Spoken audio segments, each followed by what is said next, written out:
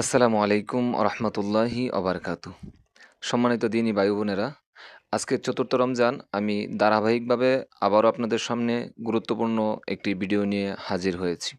এই রমজান মাস আসলে আমরা সবাই নেক আমল বাড়িয়ে দিই, কিন্তু আমরা একটা জিনিস খেয়াল করি না যে শুধু নেক আমল বাড়ালেই হবে না। নেক আমল বাড়ানোর সাথে সাথে আমরা গুনাহ থেকে বাঁচতে হবে এবং গুনাহ কমিয়ে দিতে হবে। কারণ যদি আপনি শুধু রমজান মাস আসলে নেক আমল বাড়িয়ে দেন আর গুনাহ বাদ না দেন, গুনাহ থেকে ফিরে না আসেন, তাহলে এই গুনাহের জন্য আপনার রমজানের যে নূর আছে, রোজার যে নূর আছে, সেই নূর আপনার আমলের মধ্যে গিয়ে মিশে না। একজন সুফি বলেছিলেন, গুনাহ হলো আগুন আর নেক আমল হলো কাঠ।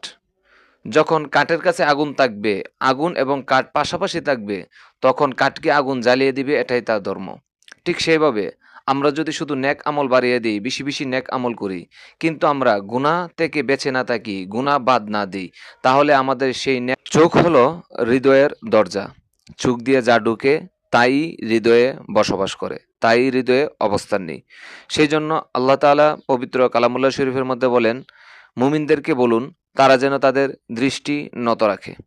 রাসূলে পাক সাল্লাল্লাহু তাআলা আলাইহি সাল্লাম হাদিসে মোবারকের মধ্যে ইরশাদ করেন, দৃষ্টি হলো শয়তানের বিষাক্ত তীর সমূহের মধ্যে অন্যতম একটি তীর। যে এরকম তার বাস্তব প্রমাণ আজকের যুগে আপনি দেখতে পাবেন মোবাইল ব্যবহারকারীদের মধ্যে। আপনি মোবাইল ব্যবহার করছেন, মোবাইলের মধ্যে ফেসবুক, ইউটিউব এবং টিকটক সহ বিভিন্ন সোশ্যাল মিডিয়া আপনি ব্যবহার করছেন। ব্যবহার করার সময় আপনি যখন স্ক্রল করার সময় দেখবেন যে আপনি স্ক্রল করছেন, স্ক্রল করার সাথে সাথে আপনার সামনে চলে আসছে বিভিন্ন ধরনের খারাপ অ্যাড, বিভিন্ন ধরনের অশ্লীল ভিডিও, অশ্লীল গান, অশ্লীল দৃশ্য। এই জন্য রাসূল পাক সাল্লাল্লাহু তাআলা আলাইহি সাল্লাম দৃষ্টিকে শয়তানের বিষাক্ত তীরসমূহের মধ্যে অন্যতম একটি তীর বলেছেন, যেন আমরা আমাদের দৃষ্টিকে হেফাজত রাখি। সেই জন্য আমরা যখন বর্তমান যুগে এসে মোবাইল ব্যবহার করব, মোবাইল ব্যবহারের ক্ষেত্রে আমরা একটু সতর্ক হব। আমরা যতটা কমে পারি মোবাইল ব্যবহার করার চেষ্টা করব এবং মোবাইল প্রয়োজন ছাড়া ব্যবহার করব না। যদিও আমরা মোবাইল ব্যবহার করি, ফেসবুক, ইউটিউব আমরা ব্যবহার করি, সেটার মধ্যে অশ্লীল যেই ভিডিও রয়েছে, অশ্লীল যেই দৃশ্য রয়েছে, সেইগুলো আমরা এড়িয়ে চলার চেষ্টা করব। রাসূল পাক সাল্লাল্লাহু তাআলা আলাইহি সাল্লাম ইরশাদ করেন, যেই ব্যক্তি আল্লাহ ও আখিরাতের প্রতি বিশ্বাস রাখে, সে যেন মুখ দিয়ে ভালো কথা বলে অথবা চুপ থাকে। অর্থাৎ আপনি যদি ভালো কথা বলতে না পারেন, তাহলে আপনি চুপ থাকবেন, নীরবতা বজায় রাখবেন, কিন্তু কোনোভাবেই মুখ দিয়ে অশ্লীল কোনো কথা বলা যাবে না। হিংসা, অহংকার, রিয়া, এইগুলো যদিও চোখে দেখা যায় না, কিন্তু এইগুলার পাপ মারাত্মক। এইগুলার হৃদয়ে তথা অন্তরে বসবাস করে।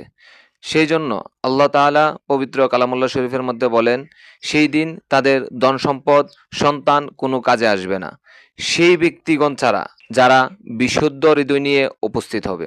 সেই জন্য দিনী ভাই বোনেরা, আমরা যাই কিছু করি না কেন, আমাদের হৃদয়কে আমরা বিশুদ্ধ রাখতে হবে। আমরা আমাদের মনে হিংসাকে জায়গা দিতে পারবো না, আমরা আমাদের মনে অহংকারকে জায়গা দিতে পারবো না।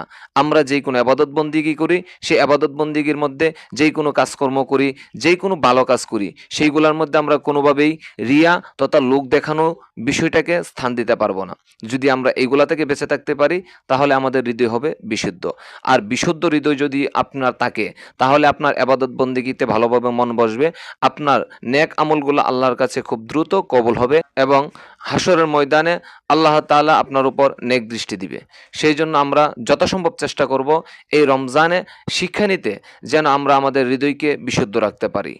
আমরা আমাদের হৃদয়কে বিশুদ্ধ রেখে পবিত্র রমজানের রোজা পালন করব, এই রমজানের শিক্ষা গ্রহণ করব এবং এই শিক্ষা আমরা বাকি 11 মাস আমাদের জীবনের মধ্যে বাস্তবিকভাবে কার্যকর করার চেষ্টা করব।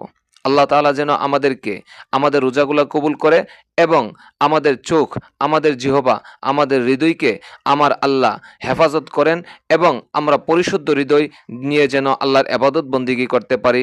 আল্লাহ পাক আমাদেরকে সেই তৌফিক দান করুক।